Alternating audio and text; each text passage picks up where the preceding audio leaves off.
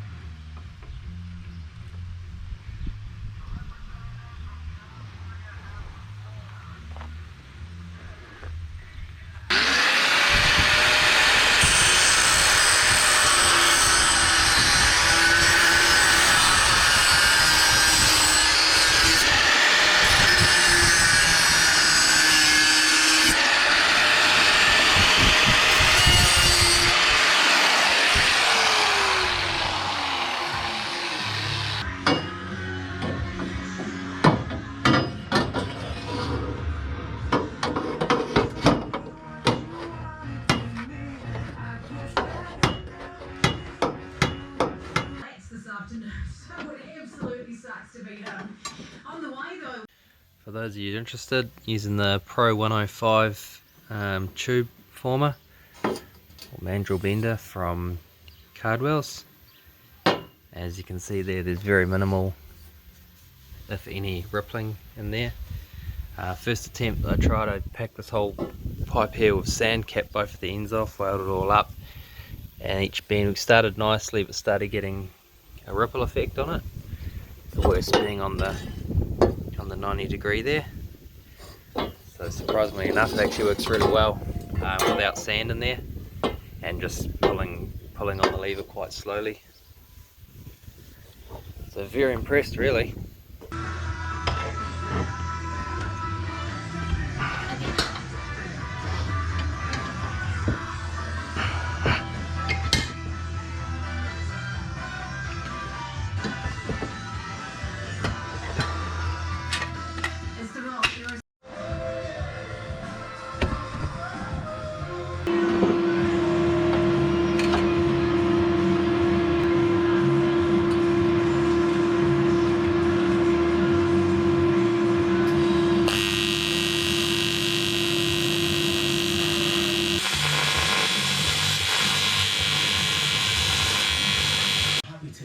What a mission it's been getting these two pipes together. In hindsight, probably should have just done it in braid. Some bulkheads on the firewalls.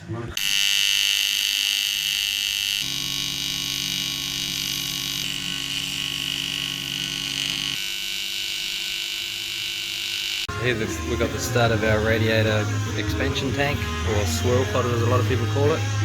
Help getting the air out of the cooling system and its way back to the radiator. Couple of dash 20 fittings there. Let's get it all tagged up.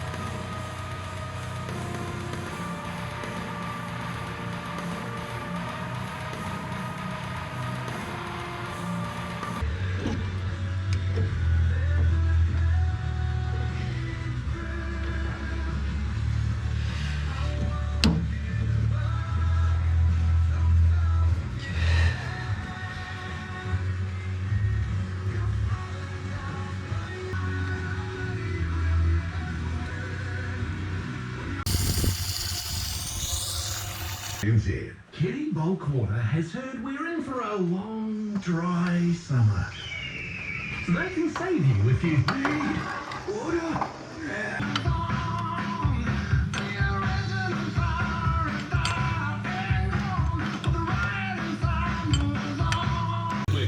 I've been working on this for a while. Started CAD designing it up, took it to BC Precision, got it all CNC'd up.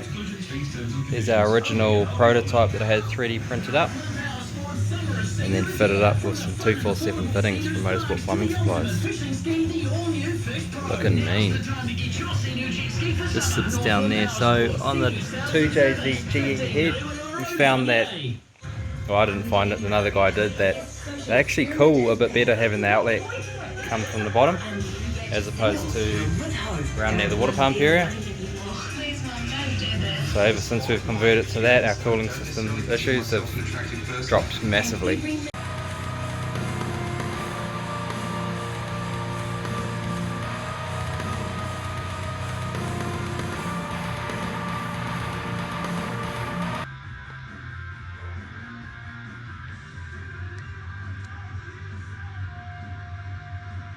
So unfortunately, when I was filming this all for you guys, my hard drive on my computer filled up and I couldn't actually upload any more GoPro footage onto the computer, so I missed out on showing you guys a few things like cutting out these Lexan rear windows, the vents that we've put in here, and just a few little bits and pieces like these alloy pieces here and just some miscellaneous stuff.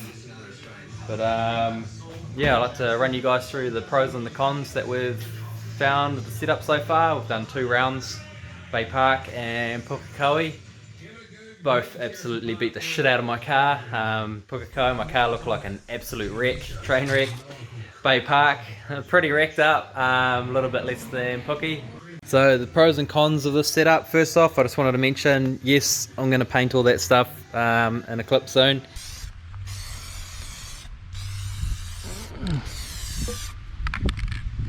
So, pros. This radiator here, so impressed. The most temperature that we've seen so far is 92 degrees. And for any of you guys out there that have 2JZs, you know these things run hot. Before, we were getting temperatures anywhere between coming off around 98 to 108 degrees on a bad day. And to see 92 on at the highest, that's impressive in my eyes. Our expansion tank here, this bleeds all the air out of our system. It's at the highest point of the car. Obviously, air is always going to accumulate at the top. So that has been working miracles. I've literally just filled it up, left my water pump running, electric water pump, and it's bled most of the air out of the system before we even start the car. So second con is the intercooler has been getting super hot. So our intercooler temperatures on the last few track days or drift events has just been going through the roof and seeing 60 degrees sort of thing. So next upgrade is to put a fan onto the intercooler. So we've got the wiring there, it's all doable.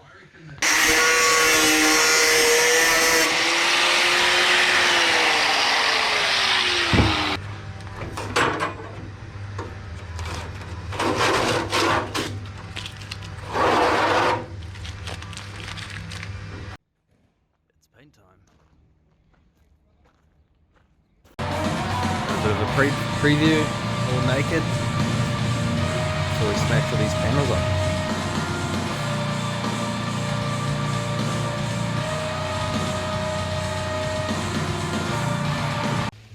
We've just got home after visiting Cochrane and Ross, pick up all our panels. Pretty safe to say, pretty loaded.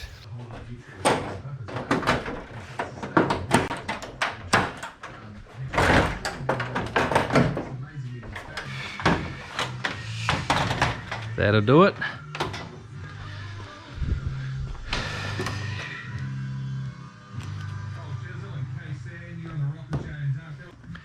Check out how cool these fittings are.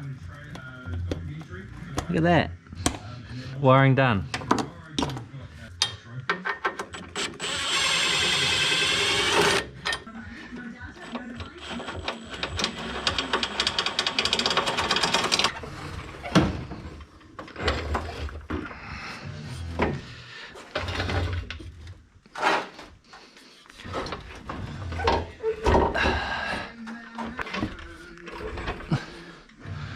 So I guess that shows our removable rear end. I don't know, 5 minutes to remove. And I can also show you, although you can't see it, I made up this fancy bracket for the fuel filters to sit on. Dimple dyed in there. And at the same time you can see it. A little bit disappointing. Unfortunately, this is one of the brackets I didn't get to show you how I built, because my hard drive was full.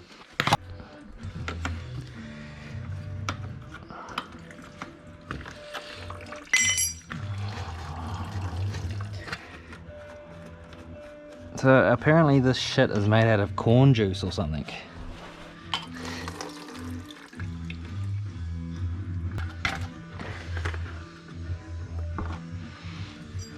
Oh, so I need this much fuel in the car? Far out.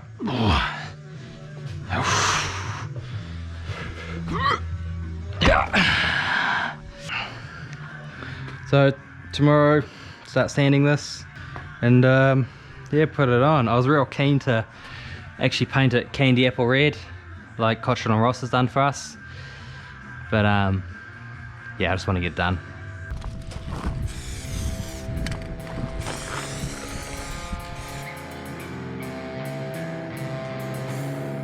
Going to run you through how the coolant cycles through this whole setup.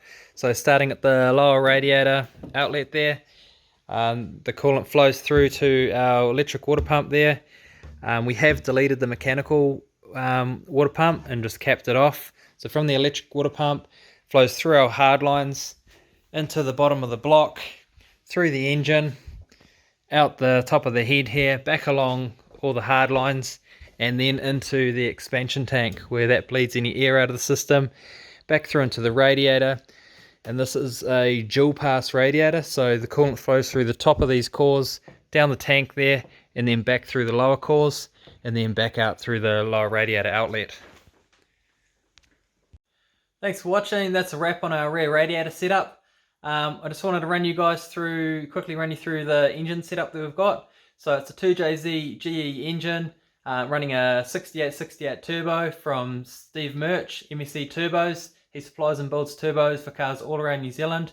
The engine is tuned by Glenn Suckling from GDS Automotive, produces 610 kilowatt at just under 23 pounds of boost. So yeah, drop a comment below if you want to know anything else about the setup, and we'll have some content for you soon.